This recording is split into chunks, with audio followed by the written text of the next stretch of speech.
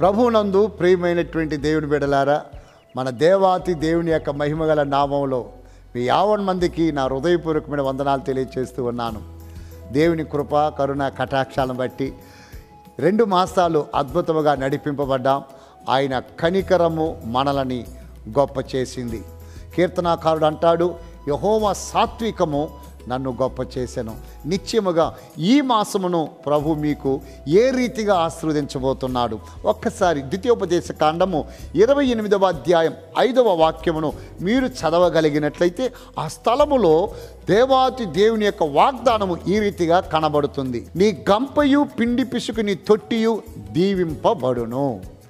నా ప్రియమైనటువంటి దేవుని బిడ్డలారా, నీ గంపయు పిండి పిసుకు నీ తొట్టియు దీవింపబడును అంటే అర్థమేంటో తెలుసా? శ్రీమంతునకు దేవుడు చెబుతున్నాడు, తన పిల్లలకు ఏ కొరత లేకుండా సర్వ సమృద్ధి అయిన పోషణము అనుగ్రహిస్తూ ఉన్నాడు. నిజముగా ఎందరో ఆకలితో అలమటిస్తున్నారు, ఎందరో చాలిని భోజనము చేస్తున్నారు, ఎందరో ఒక పూట తింటే రెండో పూటకి లేకుండా బాధపడుతూ ఉన్నారు. నిజముగా కొందరు తమ సంపాదించిన కష్టార్జితం యావత్తు వడ్డీలకు అప్పులకు వెళ్ళిపోతూ ఉన్నది. బైబిల్ చెప్తుంది, నీ కష్టార్జితమును నీవు అనుభవించుదవు, నీ కష్టార్జితమును నీవు భుజింతువు. నిత్యముగా ఇకపైన మీ జీవితాలలో మీ కష్టార్జితమును మీరు అనుభవించినట్లు శ్రీమంతులకు దేవుడు అంటున్నాడు, నీ గంపయు పిండి పిసికి నీ తొట్టియు దీవింపబడును. నిత్యముగా ఇకపైన నా పిల్లల్ని ఎలా పోషించగలను, నా పిల్లలకి నేను ఏమి తెచ్చిపెట్టగలను, నాకు ఆ శక్తి స్తోమత లేదే, కనీసము కొనివ్వలేకపోతున్నానే అనే బాధ లేకుండా దేవాతి దేవుడు మీ వంటగదిని అద్భుతముగా నింపుతున్నాడు. నిన్ను నీ పిల్లలను దీవెనకరంగా పోషించబోతూ ఉన్నాడు. ఆ సారేపాతులో ఉన్న తల్లి అనుకున్నది కదా, అయ్యో ఇంక ఉన్నది కొంచెమే పిండి అయిపోతుంది, చివరి రొట్టి చేసుకొని నేను నా బిడ్డ చనిపోవాలి అన్నటువంటి దుర్పరిస్థితిలో కనబడ్డది. కానీ దైవజనుని చేర్చుకొని దైవజనుని మాటను విశ్వసించినప్పుడు నిశ్చయముగా 3.5 సంవత్సరాల కరువు కాలములో ఎంత మాత్రము కరువు లేకుండా ఆ యొక్క నూనె తరిగిపోకున్నట్లు, పిండి తరిగిపోకున్నట్లు ఏ రీతిగా పోషించాడో శ్రీమంతుడగు దేవుడు ఈ దినము మొదలుకొని మీ జీవితాలలో ఏ విధమైన కొరత లేకుండా సమృద్ధి అయిన ఆహారముతో మిమ్మల్ని నింపబోతున్నాడు. అందుకనే కీర్తనాకారుడు అంటాడు, సింహపు పిల్లలు లేమి గలవై ఆకలి కొనినను యెహోవాను ఆశ్రయించే వారికి ఏ మేలు కొదువై ఉండదు.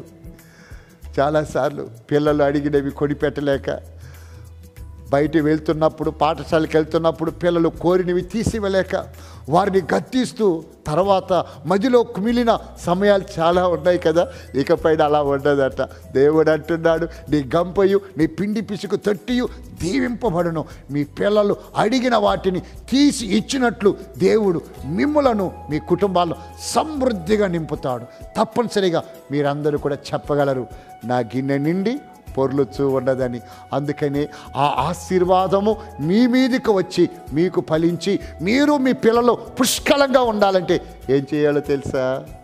మొదటి వచనంలో అంటాడు, అంటే ద్వితీయోపదేశ కాండం 28:1 అంటాడు, నేడు మీకు ఆజ్ఞాపించుచున్న ఆయన ఆజ్ఞలన్నిటిని అనుసరించి నడిచిన యెడల భూలోకంలో సమస్త జనముల కంటే ఆయన మిమ్ములను హెచ్చించును.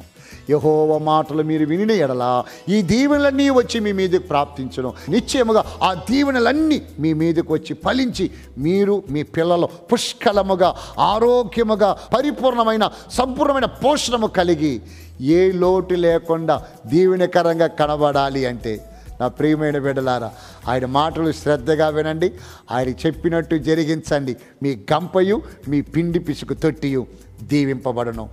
ఆకలి పస్తు అన్న మాట మీ ఇంట కనబడకుండా ఆయన సర్వ సమృద్ధితో మిమ్మల్ని అలంకరించునుగాక. ప్రార్థన.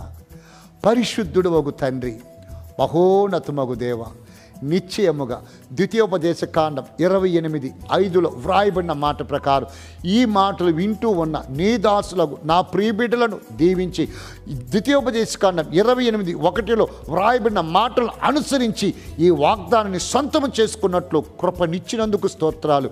ఇకను నీ దాసులకు నా ప్రియ ప్రేక్షకులు వారి పిల్లలు ఏ పరిస్థితుల్లో కూడా పస్తు ఆకలి లేకుండానట్లు నాయన వారి గంపను పిండి పిసుకు తొట్టిని మీరు దీవించినందుకు స్తోత్రాలు. స్తోత్రాలు. సర్వ సమృద్ధిని ప్రకటించి మేలుతో నింపి మహిమందమని క్రీస్తు యేసు యొక్క ఉన్నత నామములో ప్రార్థించి వేడుకుంటున్నాను తండ్రి.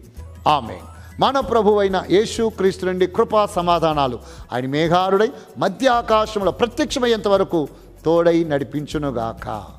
ఆమేన్. ఆమేన్. God bless you all.